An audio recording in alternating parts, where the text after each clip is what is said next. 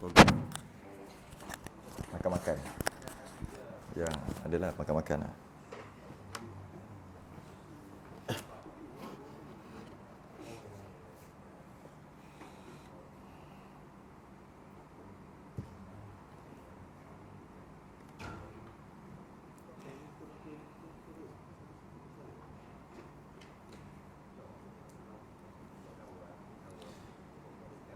Assalamualaikum warahmatullahi wabarakatuh. Innal hamdalillah nahmaduhu wa nasta'inuhu wa nastahdihi wa nastaghfiruh. Wa na'udzu billahi min shururi anfusina wa min sayyiati a'malina. Man yahdihillahu fala mudilla lahu wa man yudlil fala hadiya lahu. Asyhadu an la ilaha illallah wahdahu لا شريك له وأشهد أن سيدنا محمدا عبده ورسوله اللهم صل وسلم وبارك على سيدنا محمد الفاتح لما أغلق والخاتم لما سبق ناصر الحق بالحق والهادي إلى صراطك المستقيم صلى الله عليه وعلى آله وأصحابه حق قدره ومقداره العظيم اللهم نور بالكتاب بصري وأطلق بلساني واشرح بصدري واستعمل به جسدي بحولك وقوتك فإنه لا حول ولا قوة إلا بك سبحانك لا علم لنا إلا ما علمتنا إنك أنت العليم الحكيم ولا حول ولا قوة إلا بالله العلي العظيم أما بعد الحمد لله ترفعنا كشكرا وسمع سيدنا الله تعالى. Dapat kita sambung Minhajus Salam 37 Jawi 123 Rumi. Fasal bab baru, bab pada menyatakan korban dan aqiqah. Ni secara ringkas je dalam kitab kita ni. Kita baca, kita tengok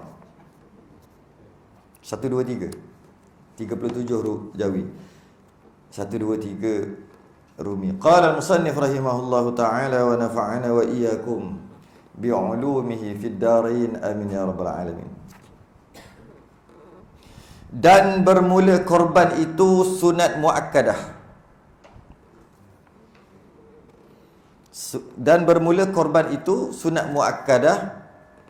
Kalau sebut gini, sunat muakkad tu pada mazhab Syafi'i.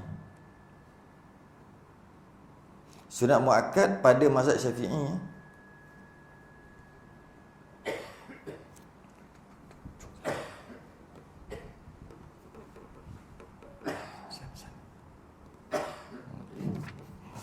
Okey, dan bermula korban itu sunat muakkadah pada mazhab Syafi'i. Pada mazhab Syafi'i sunat muakkad segala negeri dan jihad.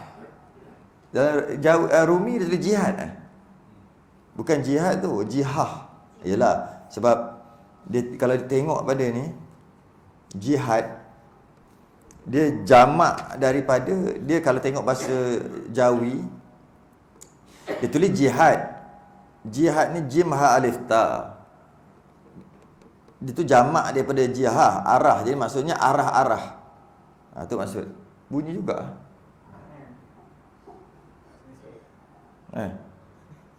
Okey, confirm. Cabutlah terus. Bunyi, dia tarik juga. Cabut tu. Kalau bunyi juga mesti ada gangguan. Okey, baru jadi. Power, nak bagi tahu PA system tu power sangat. Sampai sikit pun tarik. Mana ada tempat lain PA system yang macam ni punya power. Dia punya tarik tak bagi can, sampai kena cabut. Mantap. Okey. Korban itu sunat muakkadah, sunat yang sangat dituntut pada mazhab Syafi'i. Kerana pada mazhab lain ada yang katakan wajib, mazhab Hanafi ada kata wajib. Jadi kalau mazhab Syafi'i ni sunat muakkad. Okay? Segala negeri. Tak kisah dekat mana-mana. Kenapa dia kata segala negeri? Segala tempat. Kerana dia nak bagi tahu bahawasanya nanti dekat Mekah pun, orang yang buat haji pun sunat juga. Sebab tu dia kata setiap negeri, segala negeri tu. Sekejap lagi kat bawah tu, nak bagi tahu haji di Mina bawah tu kan. Nak bagi tahu bahawasanya dekat Mina, kalau orang buat haji pun sunat juga. Kenapa nak bagi tahu macam tu? Sebab dia nak bagi tahu ada mazhab lain, contoh mazhab Hanafi, tidak disunatkan korban bagi orang yang tengah buat haji. Jadi untuk nak bagi tahu dia berbeza dengan mazhab lain, awal-awal lagi dia bagi tahu. Jadi korban itu sunat muakkadah pada mazhab Syafi'i. Segala negeri, duduk kat mana sekalipun. Segala jihad, arah mana sekalipun. Arah mana pun. Maksudnya kat mana-mana lah. Dia maksud dan jihad ni dia boleh kata gini juga. Sama ada dia tu musafir, atau dia mukim, atau dia mustautin ke, tak kira. Tetap juga sunat korban. Tetap juga sunat korban. Kalau kita tengok kebanyakan ibadah-ibadah apabila musafir dia tak dituntut kan, banyak malah yang 4 pun jadi 2 qasar, banyak yang dibagi kemudahan. Kalau orang keluar sebelum subuh nak sebab dia musafir, tak nak sembahyang Jumaat pun tak apa kan, tak nak puasa pun tak apa, dia banyak, tak payah, tak perlu. Jika musafir banyak keringanan yang dia bagi, yang syarak bagi. Tapi dalam masalah ni tidak. Dalam masalah korban, pada segala negeri dan segala jihad. Itu maksud dia. Kat mana-mana saja sekalipun. Tetap juga, kalau dia musafir, tetap juga sunat korban. Mazhab Hanafi tidak. Mazhab Hanafi dia wajib korban. Tapi bila musafir, tak sunat pun. Dia gitu. Itu mazhab Hanafi. Jadi, dan bertambah kuat kuat dituntut akan dia korban pada hak segala orang yang haji di Mina. Nak sebut. Kenapa tiba-tiba sebut pasal orang buat haji kat Mina? Apa hal tiba-tiba sebut? Dia nak bagi tahu ada pendapat, iaitu mazhab lain yang mengatakan tak sunat buat ketika orang buat haji, tak sunat buat korban. Sebab dah lah dia nak buat haji, susah dia begini, jauh daripada rumah semua. Lepas tu dituntut atau disunatkan dia buat korban lagi, dia menyusahkan. Seolah-olah gitu. Pada mazhab Hanafi lah. Mazhab Syafi'i tidak. Tak kira di mana saja kamu berada, maka jika sampai je hari-hari yang hari-hari korban tu, 4 hari tu, maka disunatkan untuk korban. Nak bagi tahu kuatnya tuntutan korban, sehingga kan ibadah lain yang diberi rukhsah, diberi keringanan sebab musafir, korban tak ringan. Tapi bukan wajib, sunat, tapi dia tak terangkat kesunatan tu. Tidak terangkat kesunatan. Kita tengok musafir, kita cerita kita cerita jamak qasar. Okey, qasar dulu, 4 jadi 2. Disunatkan, diharuskan, dibolehkan sembahyang 4 rakaat jadi 2 jika dia musafir. 2 marhalah, maka disunatkan bukan disunat. 2 marhalah diharuskan, dibolehkan 4 rakaat jadi 2, kan? 2 marhalah. Kalau 3 marhalah baru disunatkan 4 tu jadi 2. Dah lain tadi dia harus saja. 2 marhalah tu harus saja. 3 marhalah sunat, 4 jadi 2. Okay. Sunat 4 tu jadi 2. Jadi nampak masih lagi, walaupun musafir, ada lagi kira-kiranya, iaitu jika 2 marhalah buat 4 lah. Sedangkan musafir tu kan susah. Musafir tu kan memenatkan, jauh, masalah. Macam-macam orang musafir, tetap juga elok buat 4 lah kalau 2 marhalah.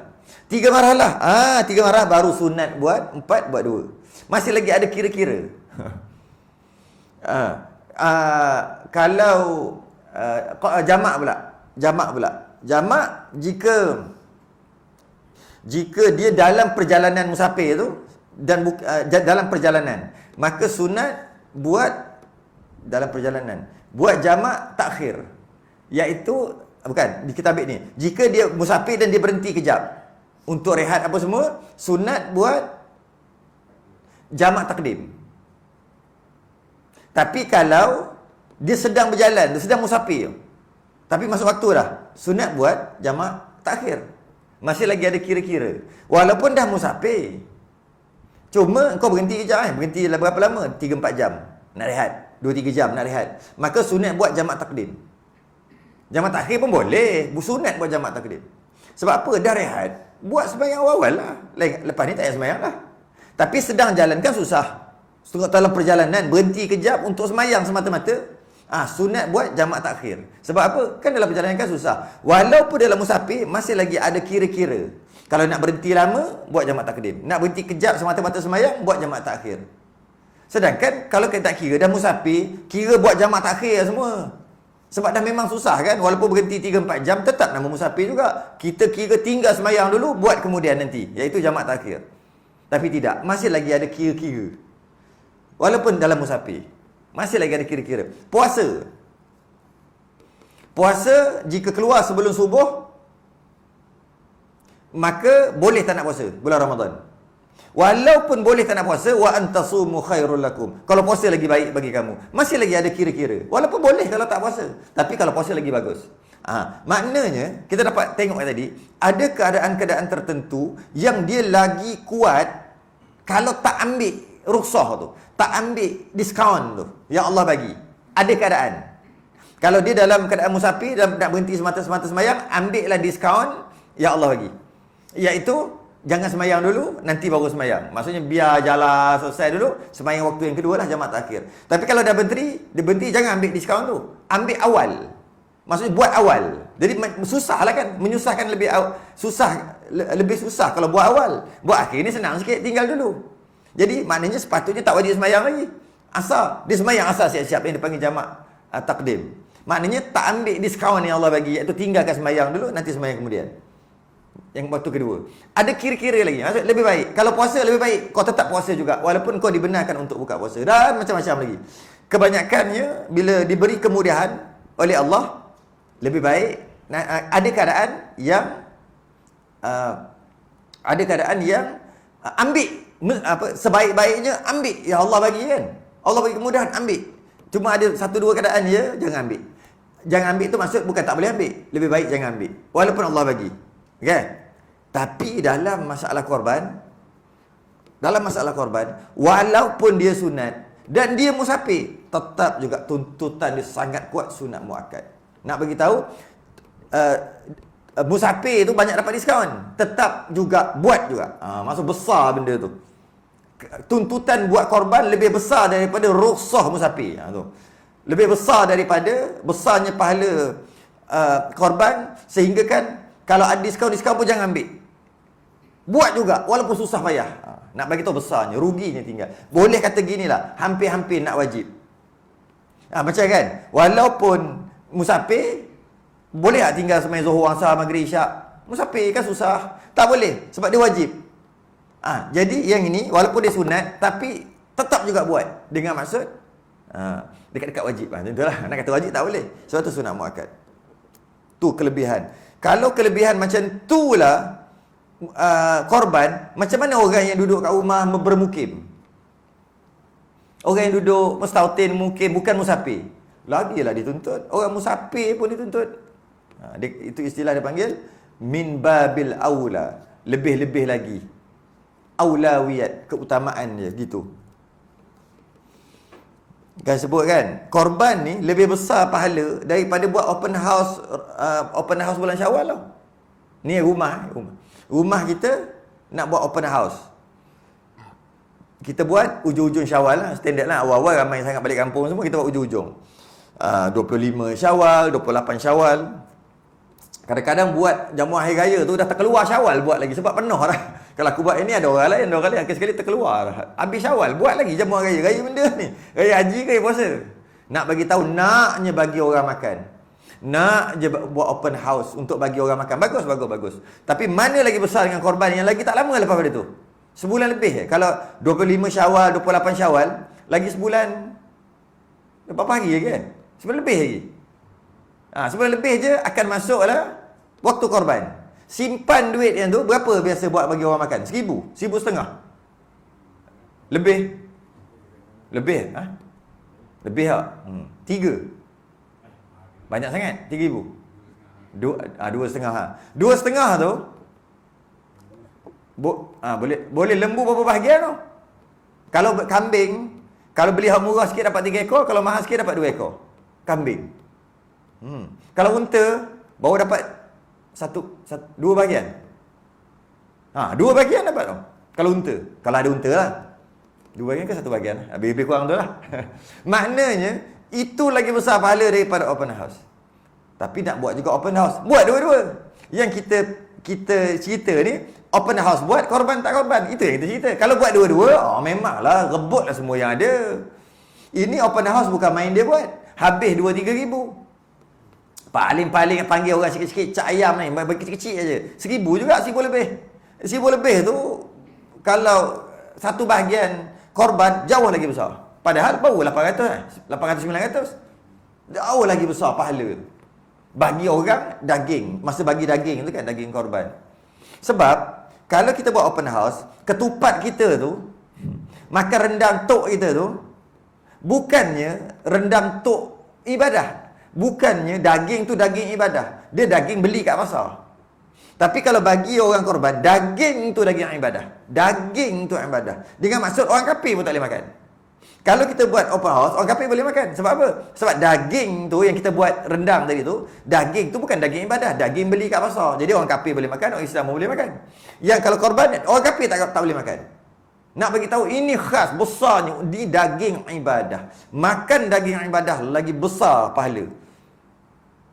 Kita beli daging dekat pasar 3 kilo.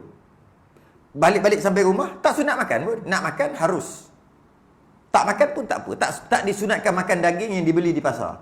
Tapi disunatkan makan daging yang kita buat korban tu. Makan daging yang kita buat korban, kita ambil korban tu sunat makan daging. Kalau orang bagi daging korban kat kita, sunat makan. Kalau orang bagi daging sebab dia beli kat pasar, dia nak beli sekilo, tersebut 2 kilo. Banyak sangat, dia singgah rumah kita, dia bagi sekilo. Dia beli kat pasar. Tak sunat makan pun. Harus makan. Tapi daging korban, dia sunat makan, dia tak korban. Orang bagi dia pun sunat makan. Malah orang kafir tak boleh makan. Itu beza dia. Jadi kalau kita cekedik, kalau kita ada bajet 2,000, 1,500, kita tak akan buat open house untuk hari raya. Kita akan buat korban. Kalau kita ada bajet lebih, baru kita buat dua-dua. Nak buat dua-dua. Tu baru orang cekedik. Kalau tak ada bajet, buat salah satu, iaitu ambil korban. Sebab apa saya sebut gini? Sebab dah jadi satu fenomena buat open house. Dah jadi satu macam benda wajib. Bukan benda wajib. Dah jadi satu kemestian. Benda wajib tak boleh kata gitu. Dah jadi satu kemestian. Amalan lah. Tapi bagus bukan tak bagus. Cuma kenapa tak jadi satu kemestian korban sama juga? Kalau sama-sama jadi kemestian, okey, cun, teruskan. Tapi korban tak jadi satu kemestian pun. Dia fikir daripada aku buat korban, ada dekat 800, 900 juga. 800, 900 tu kalau balik kampung, lepas minyak, lepas tol, dia fikir yang itu. Tapi masa dia buat open house, kenapa tak fikir benda tu? Pak, kalau buat balik kampung ni kan, raya-raya boleh juga buat duit-duit raya bagi budak-budak kampung. Jadi daripada buat korban, tapi sama juga sedekah juga. Sama juga dia kata gitu. Sepatutnya korban tu buat.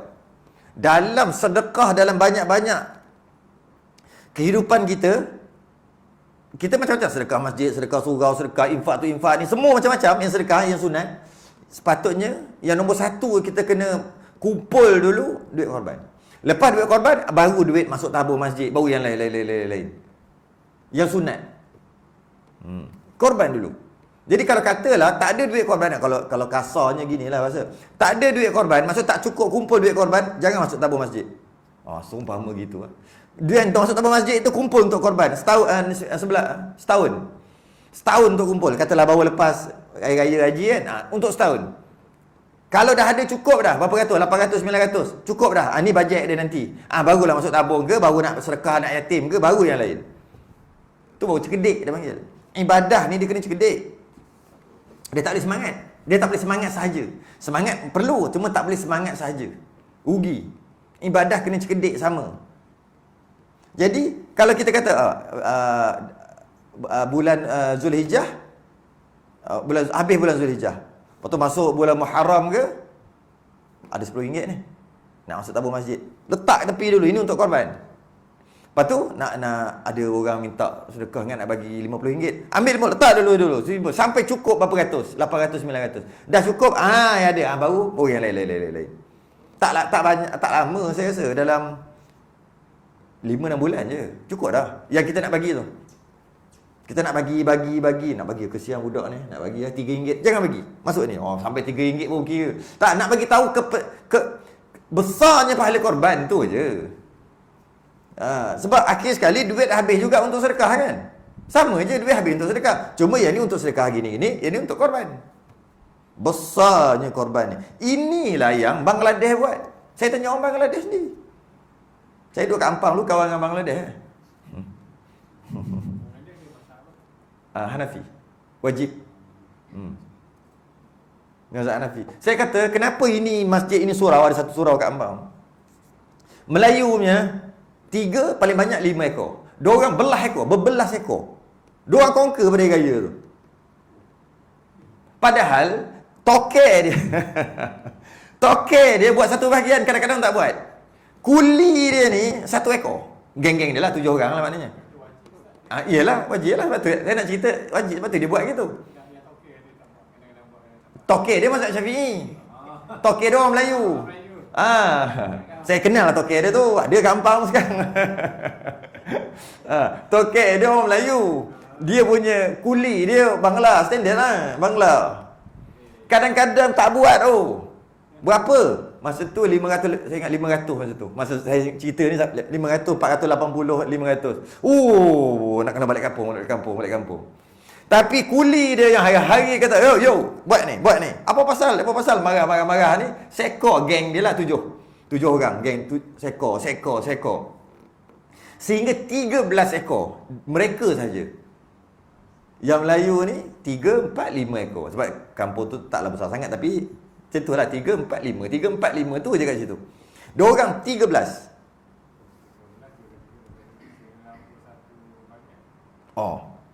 Dia tak semestinya ambil 1 diorang. Kadang-kadang dia ambil 3. Ikut duit dia. Kita kalau ambil lembu mesti 1 bahagian tak? Ada pula. Ambil lah 2, 3, 4, 5, 6. Ini ambil sama ada seekor atau 1. Amboi. Ambil lah 2. Masalahnya tak boleh. Kita dah jadi satu pelik dah. Jadi macam mestilah 1 lembu boleh 7. Memang boleh 7. Tapi bukan semestinya 7. Ambil lah 2, 5. Seorang ni 2, seorang ni 5 bahagian. Dia kata baik daripada aku 5, baik aku ambil seekor terus. Ambil lah seekor. Ini kalau kita di orang Melayu mesti 1, tak satu bahagian 1 ekor. Benda. Kalau nak 1 bahagian, baik ambil kambing. Nak bagi orang lain, nak bagi peluang kat orang lain. Kita jangan bolok seorang. Ada satu kaedah. Semua ayat-ayat tu dah ada jawapan. Ada satu kaedah, nama kaedah ni al-itharu fil qurabi makruhun wa fi ghairiha mahbubun. Dalam masalah ibadah, mengutamakan orang lain hukumnya makruh. Dia kena penting diri sendiri yang salah ibadah. Mengutamakan orang lain jadi makruh, mengutamakan diri sendiri mahbub, disukai, dicintai. Baguslah. Macam masuk saf kan? Ada kosong. Sila. Awak lebih beromoh. Sila. Duduk sila. Patutnya berebut masuk begini. Allah, rapat dah duduk belakang ah. Aku nak duduk sini, kabur. Som. Mu duduk belakang, mu kalah. Aku burung, aku batu, mu burung. Contoh. Patutnya sampai macam tu. Lepas tu bertumbuk di luar sebab nak masuk saf. Ini tak. Sila. Tu lah. Dalam masalah tu pahala lebih. Dia bagi kat orang. Masalah dapat zakat. Dia asnaf dapat zakat. Dia layak untuk dapat zakat. Tiba-tiba tengok-tengok zakat tu untuk dia ada lah. Tapi ada seorang lagi dia rasa lebih memerlukan. Tapi tak ada nama. Dia kata apalah bagi dia, saya tak ambil. Itu dia dipuji. Itu bukan masalah agama. Itu bukan masalah ibadah. Maka dipuji. Dalam masalah dunia, mengutamakan orang dipuji. Jadi untuk dapat zakat dapatlah, tak banyak, ada 1,800. Dia yang layak dah ada nama dia. Kita tengok kesian orang ni lagi layak. Bagi dia. Ada bab tu, bab dunia.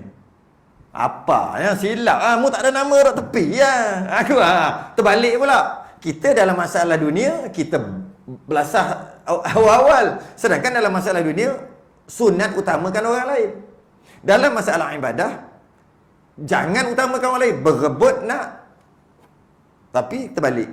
Patut tu lah. Ada berapa bahagian lagi? Ada seekor lagi ni, ada seorang tu ambil sesuatu, 2, ada lagi 5. Saya nak 5 semua.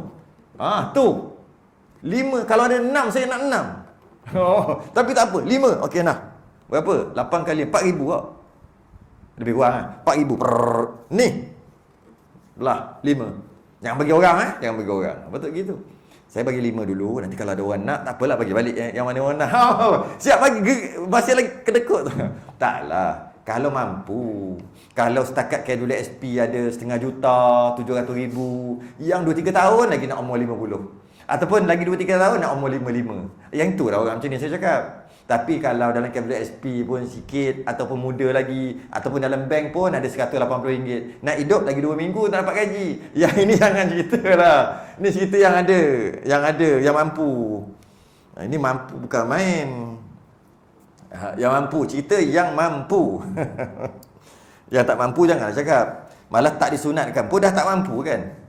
Takkan nak berhutang. Itu saya tengok. Diorang ni sampai 13 ekor, 15 ekor. Pernah sekali tu 20 lebih. Surau tu buat Jumaat. Surau ni berapa? Dia kata 20 berapa ekor lah. 20 lebih. Tengok-tengok rupanya Melayu 3. Kita pergi segan. Dapat kupon. Saya dapat kupon. Dia berkupon kat sana. Cuma Bangladesh ni tak ada kupon. Dia bagi je. Tu lain dengan kita ni dah. Kita timbang satu kati. Nak kata, ni lebih ni 800 gram Kurang. Potong cek lagi tu. Dulu lah. Dia orang tak ambil. Bagi. Balik-balik timbang dekat 2 kilo. Timbang. Begitu je dia bagi.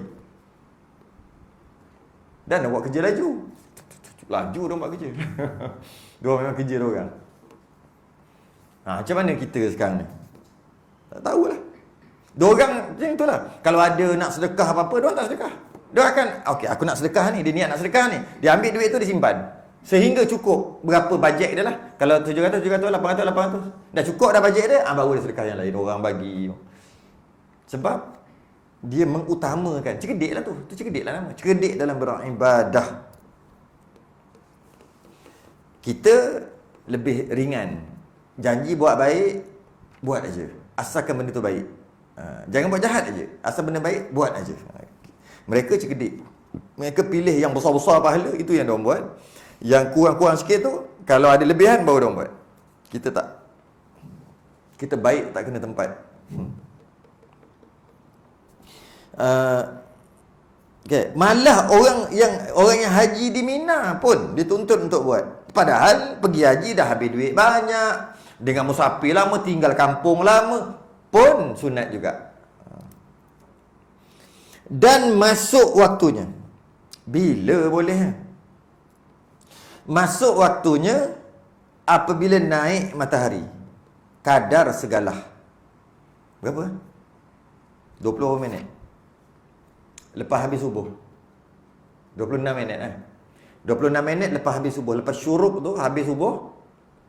Kalau sekarang habis ketika mudakhir pukul 7 lah. Kalau sekarang kan pukul 7 habis subuh, maknanya 7.25 7.26 pagi. Cukuplah kadar segala.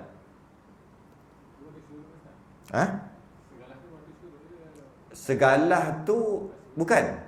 Syuruk tu bila habis subuh. Habis subuh dia panggil syuruk. Habis subuh dia panggil syuruk. Lepas tu ada solat dia panggil solat sunat syuruk atau isyraq. Solat sunat isyraq ni bukan waktu tu. Waktu tu haram sembahyang syuruk. Bila? Khilaf ulama. Ada ulama kata, saya rumuskan 4 hingga 26 minit tadi lah. Yang 26 minit tadi itulah yang kita kata naik kadar segala. Waktu duha. Isyraq tu ikut Imam Ghazali, dia bukan waktu duha. Dia ada dia sendiri tapi pendek je, dalam 4-5 minit lah. Lebih kurang. Mengikut Imam Ghazali. Mengikut pendapat muktamad mazhab Syafi'i, Imam Ghazali pun mazhab Syafi'i juga. Pendapat muktamadnya tidak. Isyraq tu adalah awal duha sebenarnya. Jadi tak ada solat sunat isyraq. Yang ada solat sunat duha yang di awal. Namanya isyraq tapi sebenarnya duha. Tapi Imam Ghazali kata tidak. Ada 2 rakaat solat isyraq yang tak sama dengan duha. Lain. Tapi campur-campur 8 jadi 10 gitu je. Duha 8 campur isyraq 10. Ada yang kata tak ada isyraq tu, duha 10. Macam sama je, sama je. Cuma isyraq ni kalau nak buat, dia kena betul-betul je. Cukup masa terus buat sebab dia tak panjang, 5-10 minit je. Bila ni? Bila habis saja subuh, waktu haram solat sehingga pendapat yang paling cepat 4 minit. Pendapat yang paling masyhur saat naik satu galah, lebih kurang 26 minit. Jadi kalau habis, maknanya 7, kalau habis pukul 7 subuh, kalau sekarang 7:55 kan? 6:55. Maka 7:21 tu dah boleh isyraq lah.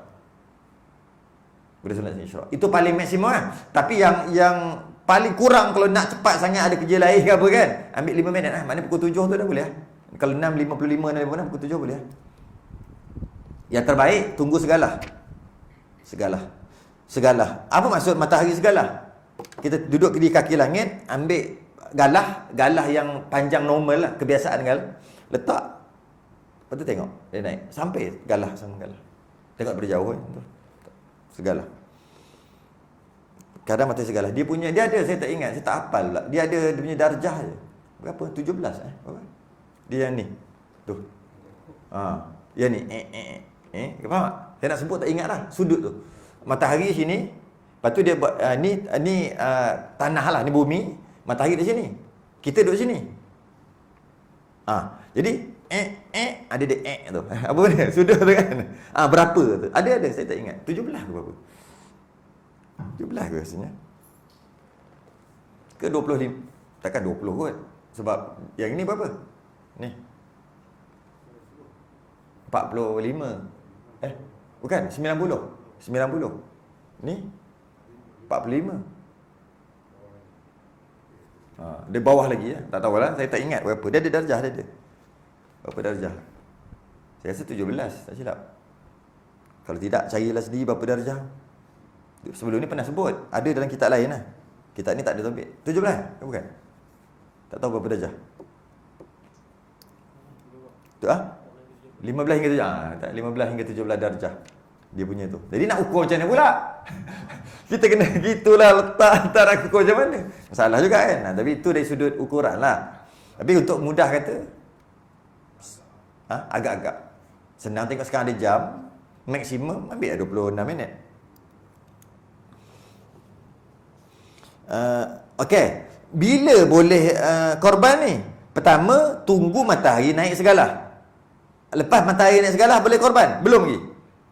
Belum. Campur. Dan lalu masa yang meluaskan sembahyang hari raya. Kira pula, yang tadi dah dapat dah, kita ambil 26 minit. Tambah pula sembahyang hari raya. Meluaskan tu muat. Sembahyang raya berapa minit? Normal-normal lah. Jangan cerita yang panjang sangat. Jangan cerita pendek sangat, biasa-biasa. 10 banyak. Lama. Khutbah sekejap lagi, tak sebut lagi. Yang ni tak ada sembahyang je dulu. 10 kan? Boleh 10. Okey, 10 minit. Tadi 26 kan? Tambah 10, 36 minit. Dan khutbahnya. Dan campur khutbah sekali. 10 minit juga. Khutbah pendek-pendek lah. Lama khutbah. Malah orang dengar. Lainlah sembahyang Jumaat, terpaksa dengar sebab nak sembahyang Jumaat. Ini lama-lama orang bangun. Normal, saya rasa 10 minit juga. Tambahlah, lebih kurang je ni. Jadi 26, 36, 46. Lebih kurang 45 minit setelah 40 minit setelah syuruk. Setengah Setengah jam kan? Semua khutbah dengan sembahyang. Oh, khutbah dengan sembahyang. Oh. Tak apalah, sejam aja ni. Campur-campur semua, sejam. Sejam setelah habis subuh. Syuruk. Jadi, habis subuh pukul 7, pukul 8 dah boleh start. Ini yang afdal. Sebab ada juga, kalau kita tengok, kita detailkan. Kalau kita detailkan,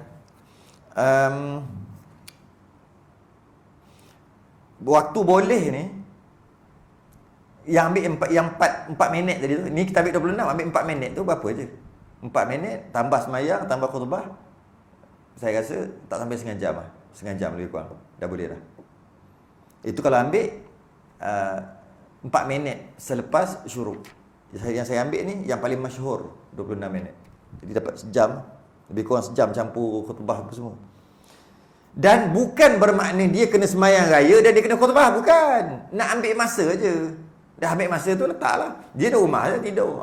Sunat bukan wajib pun. Semayang Jumaat pun aku tinggal kadang-kadang.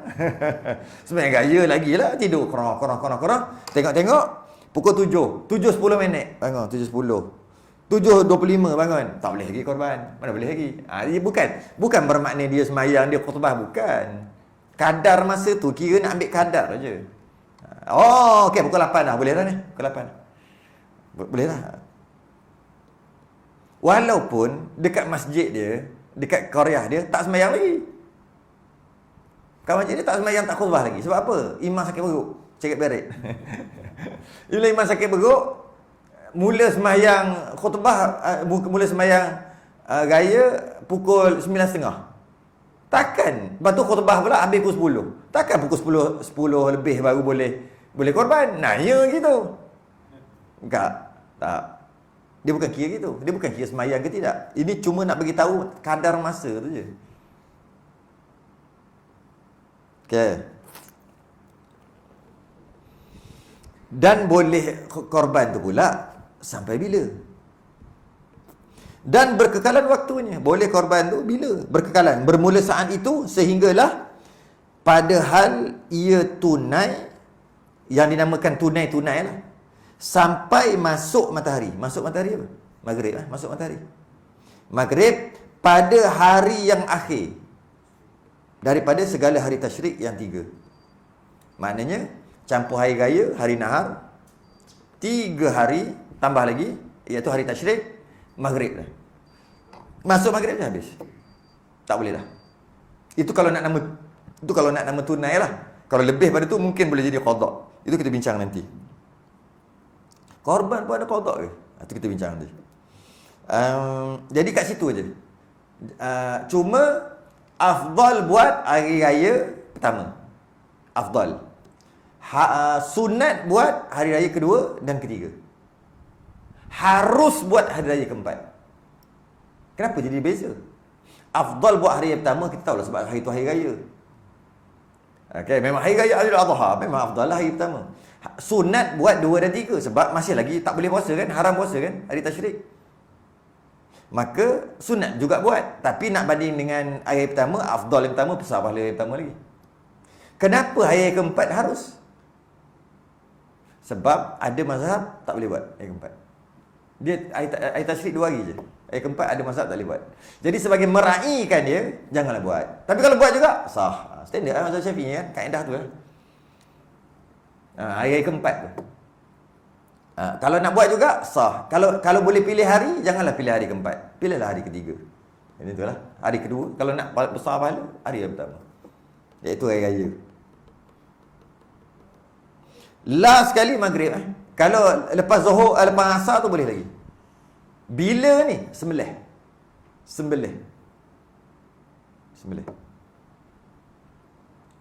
Sembelih tu yang mesti sebelum maghrib. Bukan lapah, bukan bagi. Bukan. Sembelih. Janji sembelih. Okey, lagi berapa minit lagi nak maghrib? Hari raya keempat. Hari last. Ada lagi 5 minit? Okey. Bismillah. Selesai. Allahu Akbar, maghrib. Sah. Tapi tak lapar lagi, tak bagi lagi, tak apa. Bagi kemudian lah maknanya. Dan bila sebut daripada waktu tadi sampai raya yang keempat tadi dan sampai maghrib tu, sama ada siang ataupun malam. Cuma afdalnya buat siang. Malam harus buat malam. Try tak buat sekali malam? Syok kok? Tak syok? Kalau lagi kalau lagi kira halal lah biar. Memang tak jumpa lagi. Kalau lembu lagi lembu terlepas. Tapi try buat malam. Tak, sekarang ni kan, ada tak orang buat kahwin, kenduri kahwin malam? Jangan ada. Sebab apa? Best tu. Kenduri kahwin malam. Jadi orang seronok. Asyik siang. Asal-asal siang. Siang tu masuk tengah hari pula sampai petang. Tengah hari petang. Try buat pagi sekali. Contoh. Atau try buat malam. Malam lagi best. Saya pernah pergi sekali. Oh, best. Memang seronok. Pas makan. Gelap. Orang tak tahu. Ustaz tak balik-balik lagi. Kita makan. Orang tak nampak boleh makan. Dah letak kepek-kepek atas meja. Suasana gelap tu. Sejuk, tak panas. Tak berpeluh. Ini tempat berpeluh. Makan, balik terus. Jadi, kalau boleh sekali-sekala lah. Anak ada berapa orang? Ada 5 orang kan? Dah buat 4 kan? Satu lagi buat malam. Buat kenduri malam. Cuba tak? Kat Kelantan ada kalau orang sesak-sesak dulu-dulu lah, tahun 80-an 90-an. Kalau yang sesak-sesak, dia buat kenduri lepas subuh. Pergi masjid, ajak orang masjid yang mari. Makan roti, cicor gula. Pandai dah. Kenduri kahwin dah tu. Semalam kahwin. Malam Jumaat. Itu pagi Jumaat orang sembahyang sujud ni kan, sujud tilawah ni kan ramai sikit. Dan hari tu hari cuti. Cuti tak? Ke tukar? Tak tukar kan? Cuti. Hari cuti. Jadi ramai sikit. Biasa mungkin semayang tu 560, kali tu mungkin 200-300. Kalau masjid besar sikit 200-300 orang. Ajak 200-300 orang tu, yang datang adalah 70-80 je. Bukan semua datang pun. Paling banyak pun 100 orang. Beli roti gardenia. Berapa biji? Berapa je? Beli ayam 10 ekor. Cukup dah. Cicah pagi. Pagi mana orang makan berat-berat? Kena kahwin lah tu. Selesai. Save bajet. Tapi salam tak cangkuk lah. Tak ada kaut. Kosong. Kosong je. Roti dengan gula ayam. Kosong lah. Gitu lah. Boleh lah. Try buat sekali. Tu dah buat pagi ke, malam ke. Best. Memang best. Cuma masa tu memang pendek lah. Masa pendek. Maksudnya lepas, biasa orang buat lepas isyak. Sebab kalau buat lepas maghrib, tahulah jadi macam-macam kan. Buat lepas isyak, lebih kurang mudah kata pukul 8 tu orang boleh datang dah. Walaupun tak isyak lagi, tapi orang betul-betul datang ramai lepas isyak. Lepas tu sampai pukul 12, penat-penat pakai tidur, esok pun kemas. Gitu lah. Dia biar sesuai dengan keadaan lah. Mungkin catering ke? Catering ataupun mungkin bukan buat di rumah. Buat di dewan. Jadi yang balik tu, balik. Yang orang yang kahwin ni balik rumah atau pergi hotel, keluarga-keluarga duduk hotel gitu, esok balik. Sebab catering semua. Ya sesuai lah. Kalau rumah saya rasa tak sesuai kan. Sangat tidak sesuai kalau kat rumah. Memang pasti malam-malam tu memang ngantuk penat. Lepas tu ada muda-muda buat karaoke, nyanyi malam-malam, ganggu orang. Memang tak sesuai lah. Kami cuma buat di dewan mungkin sesuai. Cuba fikir-fikirkan lah. Anak ada lagi? Ada lagi tak kahwin? Try buat. Try buat kahwin, ni kenduri kahwin. Malam. Kalau dia lah memanglah dia ada susah sikit. Cubalah. Okey, kalau mampu. Jadi buat malam boleh buat. Boleh korban buat malam. Sekali-sekala buat malam. Lapar. Malam. Tapi kena ada spotlight. Bukan suruh buat tiap tahun. Sekali-sekala yang bukan buat di masjid surau. Yang buat sendiri. Korban ni kita orang Melayu ada satu masalah. Bila sebut korban, mesti masjid surau. Mesti ramai-ramai. Mesti kena lembu. Mesti 7 bahagian. Pelik sungguh lah. Kambing boleh korban. Adik-beradik kita, ada berapa orang? 10 orang. Yang nak korban berapa yang ada duit lebih sikit? 7 orang. Dah 7 ekor kambing. Datang, buatlah satu rumah. Buat di satu rumah siapa-siapa yang nak buat. Buatlah malam. Kambing. Sekejap je. Macam tu lah. Buat malam. Lepas tu bagi. Orang datang pukul 10 ke pukul 11 suruh orang datang untuk ambil kambing tu. Orang datang agak-agak. Rasa pukul 12 orang datang. Nak bagi kambing ni. Sekilo berapa kambing sekarang? Bagi pula sekilo. Orang datang. Rasa datang pukul 3 pagi pun orang datang. Iya. Zaman sekarang ni cuba tengok. Pasar raya dia buat offer susu berharga 88 sen seting susu pekat tu. Kan biasa berapa ringgit? 3 ringgit, 2 ringgit lebih, 3 ringgit, 4 ringgit kan? Yang tu. 88 sen. Sebanyak 1000 aja, 1000 tin je. Bermula pada sekian-sekian, buka pukul 8 pagi. Tengok diorang beratur berapa. Lepas subuh beratur lah. Padahal berapa sen je nak. Tengok. Cuba. Benda kecil kita rasa macam tak, orang beratur kan. Jadi tak kisah, buat je. Datang beratur pukul 12.30 malam Pakat beratur, bagi. Cubalah. Tak, kita janganlah buat satu cara je, buat cara-cara seronok. Kadang-kadang ibadah kita buat ni, kita tak boleh buat benda yang sama. Sebab manusia ni kalau buat benda yang sama dia boring. Sembahyang yang sama, tempat yang sama. Lepas tu kadang-kadang pergi part lain, pusing. Sebab dia akan jadi, itu bukan masalah ibadah tu, masalah diri kita ni jadi puas. Lebih-lebih lagi tarawih. Allah, kalau sembahyang satu tempat, Allah tak tahulah. Biar pergi sini. Tempat kita 10 hari.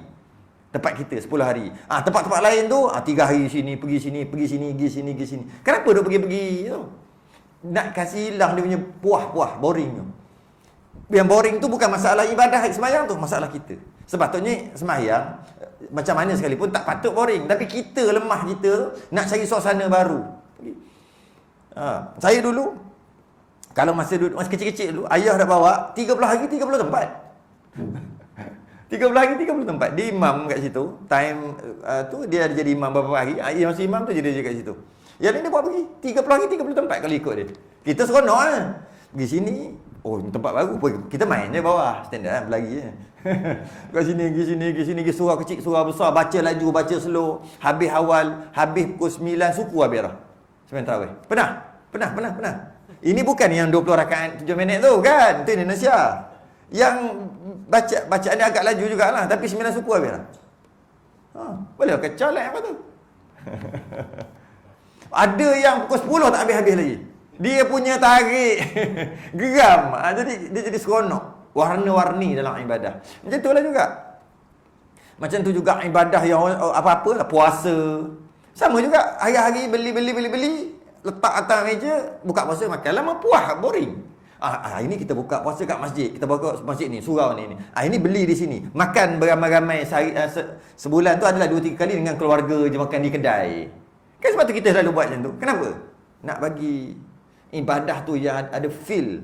Sebab kita teruk sangat kita ni sampai nak buat benda yang sama, kita jadi boring ibadah tu. Tak sepatutnya boring, tapi kita boring. Maka macam mana nak bagi dia seronok sikit, kita warna-warni kan. Macam itulah juga korban, ada lain-lain lah. Buat warna-warni sikit. Itu sama, cara sama. Masjid surau. Tukar surau aja. Masjid. Sekali buat sendiri anak ada 7 orang, anak ada 5 orang, campur mak ayah 7. Okey. Kalau dia nak sponsor, dia boleh sponsor semua 7. Kalau tidak, dia suruh anak dia kumpul-kumpul siap-siap. Tengoklah cara kita macam mana. Okey, dapat seekor lembu. Masa masjid nak beli, tumpang seekor. Nanti sampai kat masjid, kita heret bawa balik. Kita beli, nak buat kat rumah. Tepi rumah kita ke, kalau ada kawasan ke yang sesuai, buat dengan anak-anak. Jangan buat tiap-tiap tahun macam tu. Sekali juga lah. Biar buat gitu, baru kita rasa. Alah, orang nak buat ibadah kat Mekah pun singgah Turki dulu. Kenapa? Kan duit Turki tu boleh tambah masa berapa hari lagi. Kalau duit tu berapa pergi Turki berapa belah-belah ribu kan, sebelah macam tu kot. Pergi Turki berapa hari tak lama lah. Lepas tu baru pergi umrah, atau pergi umrah dulu baru pergi Turki kan, dia singgah dulu. Kalau ambil duit tu tambah, saya rasa boleh 20 hari kot duduk Mekah. Boleh. Lebih tu duit tu boleh. Kenapa tak? Kenapa? Memanglah ibadah tu, tapi kalau hari kita nak. Memang gitu orang buat sekarang pun. Jadi tak ada masalah. Cuma kita bukan suruh buat sekali. Kita punya adat kita yang dah tiap-tiap tahun tu kekal lah. Cuma sekali-sekala. Okey.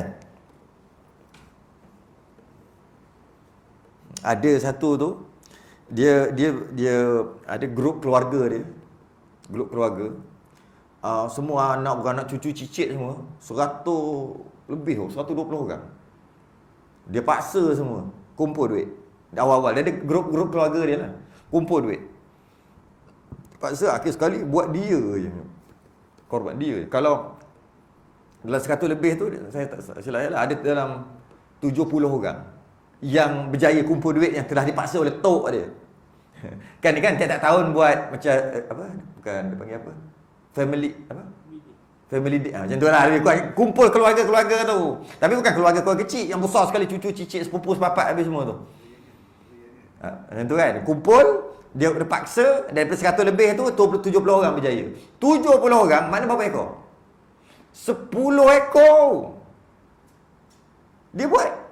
Dia sebagai datuk yang digeruni oleh cucu-cucu lah.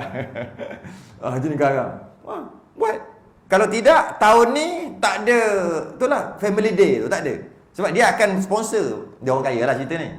Dia akan sponsor berapa ratus orang tu pakat datang, pergi duduk kat air terjun macam tu lah. 3 hari, 2 hari ada pengisian. Saya terbabit sebab saya dijemput untuk bagi tazkirah setengah jam. Setengah jam bagi tazkirah untuk orang ni. Biar dia kata ada pengisian Ustaz. Orang macam ni nak macam tu lah. Sambil-sambil tu nak pengisian setengah jam. Suruh mereka belajar dalam masa setengah jam. Setengah jam je. Aku kuliah maghrib pun sejam setengah. Tak apa. Bagi setengah jam lah. Sebab diorang nak buat benda lain. Diorang bukan nak belajar. Diorang nak buat merapatkan silaturahim. Tapi biarlah dia suruh saya buat tahlil. Ni tok nenek kita ramai-ramai buat tahlil. Style tu kan sekarang style tu. Itu dia sponsor. Tak apalah dia kaya. Dia sponsor semua. Chalet apa semua dia sponsor. Okey. Kalau siapa tak boleh kumpul untuk buat korban, tahun ni tak ada dia kata. Jadi berkumpul lah. Sebab kumpul baru 700 800. Yang itu lagi besar dengan bawa anak bini apa semua. Pakat kumpul lah. Dia ajak cara masing-masing lah. Lepas tu buat 10 ekor, cuba bayangkan. Nak urus dengan tak pandai tak pandai lapahnya. Lapah isi berlambak dekat kulit. Kita tengok Allah. Ini boleh sekilo ni. Biasa lah. Tak apa. Mereka punya aktiviti macam tu. Bagus sebenarnya macam tu. Zaman ni lah, zaman sekarang. Zaman sekarang kan semua kena ada. Kalau 100 lebih kat sini tak payah pergi masjid sembahyang raya. Buat dengan dia je. Dia je lah nak pergi masjid benda kan. Buat dia sembahyang. Cuma adalah sikit benda yang tak elok yang saya tengok. Dan saya dah tegur dah dekat atuk tu. Dekat datuk dia. Percampuran. Dia sepupu-sepupu dia main bola dekat tepi pantai tu kan. Main bola tu pakai apa tu bercampur sepupu bertepuk tampar. Jadi kat situ pula. Tak boleh kontrol. Tak semua jaga. Macam mana kalau tempat-tempat macam tu nak mandi apa, macam pakai macam ni. Mandi begitu. Tutup aurat dah tapi melekat habis semua. Alas sepupu pun kawan lain pun. Itu bini dia, tu laki dia semua dah ada. Ya, laki-laki. Nanti kalau jadi benda-benda pelik-pelik, kat situlah masalah nak kontrol. Sah. Bukan senang nak kontrol. Sebab semua tu sepupu, lepas tu ipar-ipar. Mesti ada ipar. Saya bagi tahu kat dia. Ipar tu maut. Ipar ni maut. Saya sebut kat dia kata. Dia terkejut. Ipar ni maut. Ayat tu je. Ipar ni maut dia kata.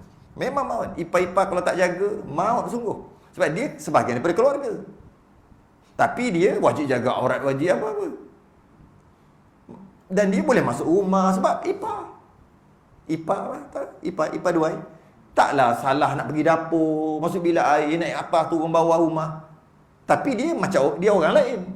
Orang lain lah maksudnya. Orang yang boleh maut. Sangat mudah terjadi benda-benda pelik ipar ni. Berapa dah? Sikit lagi. Sikit lagi sampai segala tasyrik. Maka barang siapa sembelih korbannya dahulu sebelum daripada waktunya. Sebelum waktunya. Maka iaitu tiada jatuh baginya korban. Tak sah korban. Tak sah korban. Habis kalau tak sah korban, buanglah lembu tu. Bukan korban yang tak sah. Maknanya pahala korban tak dapat lah. Korban tak sah. Bukan sembelih tak sah. Korban yang tidak sah, tiada jatuh baginya korban. Hanyalah ia daging kambing atau daging kerbau ataupun daging lembu atau daging unta atau lainnya, disediakan dia bagi ahlinya. Macam seolah-olah sembelih nak makan aja. Tapi kalau dia sembelih nak makan, boleh makan. Kalau nak bagi orang, bagilah. Namanya sedekah apa? Sedekah daging. Korban ke? Bukan. Gitu je. Sebab awal tak sabar-sabar, lepas subuh terus sembelih. Mana boleh? Tunggu dulu masa-masa tanya. Sungguh betul juga. Yang itu berlaku kambing. Ada pernah sekali saya berlaku kambing. Kambing tu saya cuba nak ubah satu tradisi dulu kat Puncak Alam. Tapi tak sempat apa-apa, saya pindah dulu. Tapi dah sempat ubah sikit. Bukan sempat ubah lah, sempat ajar pengalaman baru. Korban kambing, bukan lembu. Dia memang agak susah sikit sebab nak lapah apa semua. Dan daging dia kurang dalam 3 kilo juga berbanding dengan lembu. Kurang, maksud perbezaan tu. Kambing seekor, lembu satu bahagian dalam 3 hingga 5 kilo. Beza tu, banyak tu kan. Okay. Tapi dari sudut pahala, kambing lagi besar pahala, nanti dia sebut kat bawah. Kita akan baca kemudian lah. Kambing lagi besar pahala daripada satu bahagian lembu. Walaupun harganya sama. Malah satu bahagian unta, harga berapa? 1,800 satu bahagian unta. Berbanding dengan lembu, kecil lembu tu. Tapi dah cukup umur lah. Kecil. Berapa harga? 700. Kecilnya memang kecil. Okay? Berbanding dengan unta, satu bahagian. Harga 1,800 satu bahagian. Bukan satu ekor, satu bahagian. Lagi besar pahala yang kambing tadi. Jadi saya cuba, maka berjaya lah. Banyak, berapa puluh ekor? 30 lebih ekor. Tapi ada juga orang nak buat lembu, tak apalah. Tak boleh. Melayu, korban dengan lembu tak boleh dipisahkan. Saya rasa kalau ada unta pun dia tak ambil lembu. Malah kalau ada kerbau pun dia ambil lembu. Sedangkan kerbau lagi afdal daripada lembu sebab kerbau lagi besar. Kalau kerbau tu besar lah. Tapi ada tatap lembu juga. Itulah korban lembu tak boleh pisahkan. Benda pula tak haram. Jadi senyap-senyap gitu je lah. Takkan nak kata lebih-lebih kan. Benda bukan haram. Padahal kalau sudut pahala, lembu bukan nombor satu. Kambing nombor satu. Dia sebab dapat 30 lebih. Bila 30 lebih, tapi lembu pun banyak juga. Pelik sungguh. Lembu pun banyak. Saya tak ingat 10 ekor ke apa. Banyak juga. Tapi kurang sikit daripada biasa. Biasa 18, 20 lebih kan. Kali ni tidak. 10 je. Lebih kurang 10, 11, 12. Kemudian 30 lebih. Kambing. Berjaya. Semua ambil biri-biri. Kambing biri-biri. Berjaya lah. 30 lebih dapat. Berjaya. Harga masa tu 800. 800 harga kambing tu. Boleh tahan lah besar. Dia punya daging boleh paling kecil 10, yang paling saya tengok paling sikit 10 kilo. Yang ada seorang tu dia pandai lapah. Dia pandai lapah je sebenarnya. Dengan dekat tulang-tulang tu dia kokok habis boleh dapat 15. Dia pandai. Yang tak pandai ni nak lapah kejap-kejap terkoyak kulit, terlebih daging, dia boleh dapat 10. Minimum 10 kilo. Tak masuk tulang tak masuk tulang, tak masuk lain-lain, kepala apa isi perut semua tak masuk. Hanya semata-mata daging. Boleh dapat 10 paling kurang 15. Ini yang harga 800. Kalau sekarang mungkin harga 1000 kot. Kalau sekarang punya harga. Memanglah sikit, memanglah. Tapi cuba kita bayangkan apa terjadi pada hari itu. Tempat beratur orang ambil lembu, tempat beratur orang ambil kambing, masing-masing dapat kupon tapi tak perlu, tak ada tulis kambing lembu, tak ada. Pilih je, janji satu kupon satu orang boleh ambil. Lembu dah siap, kambing tak siap sebab orang yang buat tu semua profesional, semua pergi kat lembu. Pro. Yang tak pro semua pergi kat kambing. Sebab lembu besar kan, mesti yang pro-pro pergi sana, jadi lambat. Yang beratur untuk ambil lembu, alah, puas tunggu mana? Tu beratur. Beratur. Sanggup tunggu. Lepas Zuhur baru siap. Dalam pukul 2.30 baru siap kambing. Orang tetap tak ambil lembu. Maksud tak ambil itu tak ambil macam biasa. Tak. Beratur adalah. Ada hal cepat beratur sikit. 3-4 orang datang pergi. 3-4 orang datang pergi. 3-4 orang datang pergi. Tak ada beratur panjang. Bila buka je kambing, gini. Kata-kata 10 kilo sikit aja pun kita korban nak bagi orang ke kita nak yang makan, kita nak makan ke kita nak bagi orang. Bila nak bagi orang, mana lagi besar pahala bagi orang seronok berbunga-bunga hatinya. Senyum lebar muka. Dengan orang pergi ambil, terima kasih. Terima kasih. Macam tu aja. Ha? Yalah, tu kata tu. Betul anak tu. Jadi cuba bayangkan 38 ekor, saya tak ingat 38 ekor. Bukan habis, tak sampai sejam. Sampaikan yang buat kerja langsung tak dapat apa-apa. Kau nak patut dapat juga satu. Bukan untuk upah dia yang buat kerja ni, untuk dia ni. Tapi dia tak dapat apa. Tak dapat apa. Sehingga kan esok tu terpaksa buat sekali lagi untuk pekerja. Untuk upah pekerja lah, bukan upah lah. Maksudnya faham lah, untuk pekerja lah. Esok tu buat sekali lagi. Esok ke lusa tak ingat. Buat sekali lagi. Berapa ekor tak? Untuk mereka saja. Kalau tidak, lepas ni memang tak ada orang datang nak kerja. Aku tak penat-penat, aku pun tak dapat. Boleh tengok je.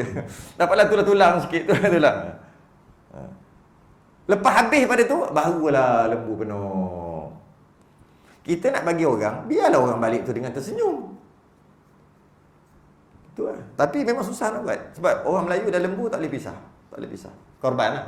Tapi kalau pergi kedai, dia cari lamb chop. Kalau ada duit lah, dia akan cari lamb chop dulu. Makanlah steak. Tak, lamb chop lagi nak. Pandai pula. Nak yang tu. Tapi tak nak bagi orang. Kalau boleh, saya buat. Sekali je berjaya sekali. Saya nak cerita apa? Nak cerita yang tadi tu. Yang nak mati tu kan, yang kata dia sembelih awal tu. Bila baru first time kat situ, budak-budak sekolah biasa tengok lembu takut kena tanduk. Ni dia naik atas kambing tau. Budak-budak cakun, orang bandar. Dia lepas tu silap pula, sebab banyak sangat. Saya nak uruskan lembu pun, saya nak urus ini pun, nak urus pakat-pakat nak urus.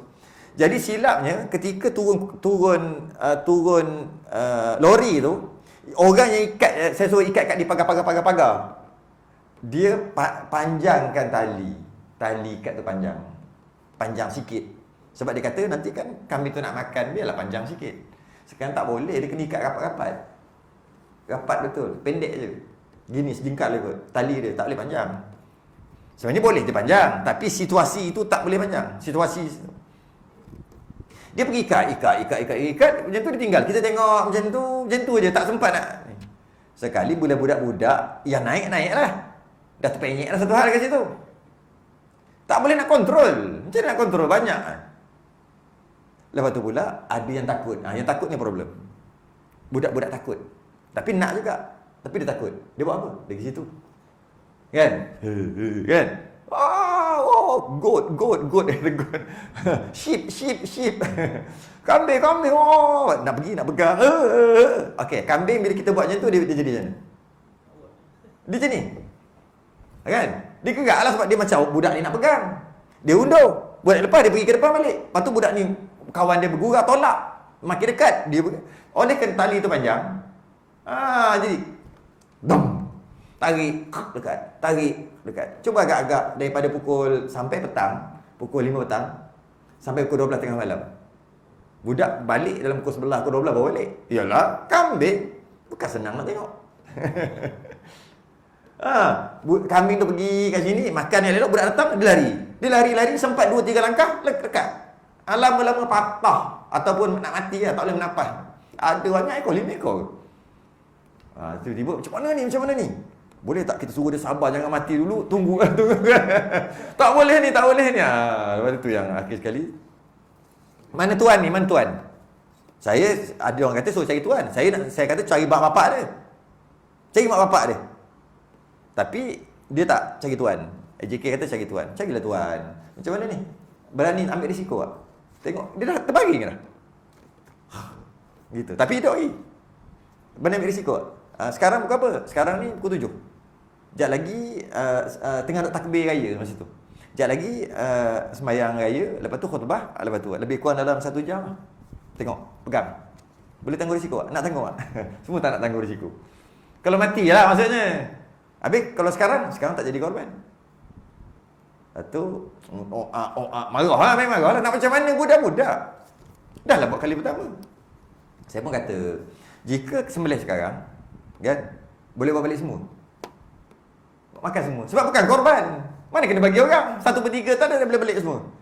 Tapi kalau tunggu nanti dan katalah dia hidup dan sembelih setelah itu, maka jadi korban, bagi 3. Kalau 10 kilo, Makna 3,5 kilo jual balik-balik kan, bagi 3 kan. Semua? Okey, dia kata. Tak apa, tahun depan kita korban. Kata esok dah ambil duit dalam bank, cocok duit, belilah kambing lain. Buat korban esok hari kedua baru cakap. Tak apa. Sembelih. Semua memancuklah, darah mujur. Semua boleh. Bawa balik gitu. Tak bagi lapar. Bawa balik gitu. Apa kan? Sebab apa? Sebab dia tak jadi, kalau saya bagi dapat pahala sedekah daging lah. Pahala korban tak dapat. Tapi dia dapat makan. Okey, bawa balik. Seronok ada buat sate dia malam tu. 5 orang yang tak nak tanggung risiko. Sebab saya kata kalau ada seorang tanggung risiko, best juga. Kita nak tengok mati ke tak mati. Budak-budak. Budak-budak. Dah cukup. Dan demikian juga barang siapa sembelih akan dia kemudian daripada keluar waktunya. Berhenti kat situ. Dan demikian juga barang siapa sembelih akan dia kemudian daripada keluar waktu. Yang kita dah bincang tadi, sembelih sebelum masuk waktu. Lepas subuh hari raya tu kan, tapi belum masuk waktu, maka tak jadilah korban. Macam mana kalau dia sembelih lepas habis waktu, maksudnya hari raya ke-5, hari ke-6, ataupun malam hari ke-4 tu, malam tu, itu akan datang. Jawapannya akan datang. Ataupun kalau dia nazar ke macam mana, ataupun dia korban tu korban wajib, kemudian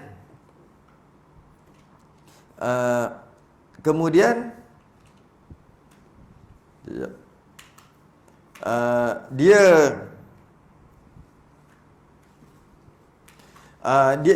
korban tu korban wajib, kemudian lembu tu terlepas lagi. Ni pun berlaku juga. Lembu tu terlepas lagi, masuk lautan. Panjang umur dia. Tapi korban tu korban nazar, korban wajib lah. Akhir sekali perlu ganti ke? Tak perlu ganti. Yang menariknya, selang 5-6 bulan dia balik, bawa anak. Rupanya betina tu, lembu betina, ada anak ikut. Wajib korban mak dia dan anak-anak dia. Bulan apa tu? Bulan Safar, bulan apa kan? Muharram, bulan Muharram. Dia tak ingat berapa bulan apa, datang. Maksudnya bukan bulan, dia dapat lagi, berapa bulan tu datang balik. Dia datang balik. Ini lembu ni yang kita kejar ni, saya masuk hutan. Bawa anak-anak dia ikut aja. Maka wajib korban mak dia lah. Namanya qada' lah. Dan wajib juga anak pun wajib. Tuan dia yang nazar tu nak ambil anak. Tak boleh. Dengan anak-anak. Dapatlah makan lagi tu. Apa nama istilah dia panggil? Adalah istilah orang putih, saya tak ingat nama apa. Anak lembu ni. Anak lembu dia ada masakan yang tertentu, sedap kan? Kecil sikit, alah. Berapa kilo ke? Macam mana? Tak boleh. Bukan tak boleh, tak perlu. Kalau diganti lembu lain, bukan jadi nazar lah. Jadi kalau hari tu hari korban, jadi korban lain. Ini korban nazar, lari, maka tak perlu. Tiba-tiba dia nak ganti sebagai apa?